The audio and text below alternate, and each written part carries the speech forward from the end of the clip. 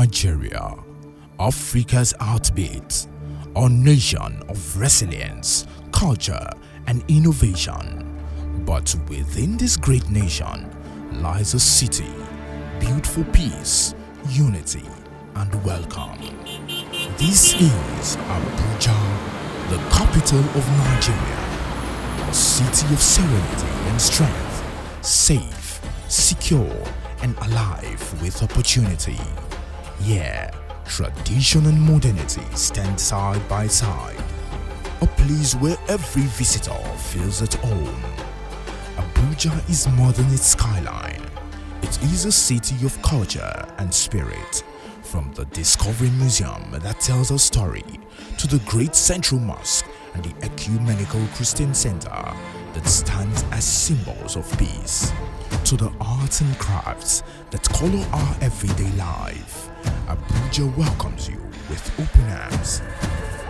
Beyond its calm, Abuja knows how to live. Enjoy fine dining in world-class restaurants.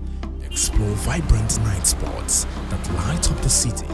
Shop in lively markets like Wuse, Garki, and Utako, where color, craft, and community come alive.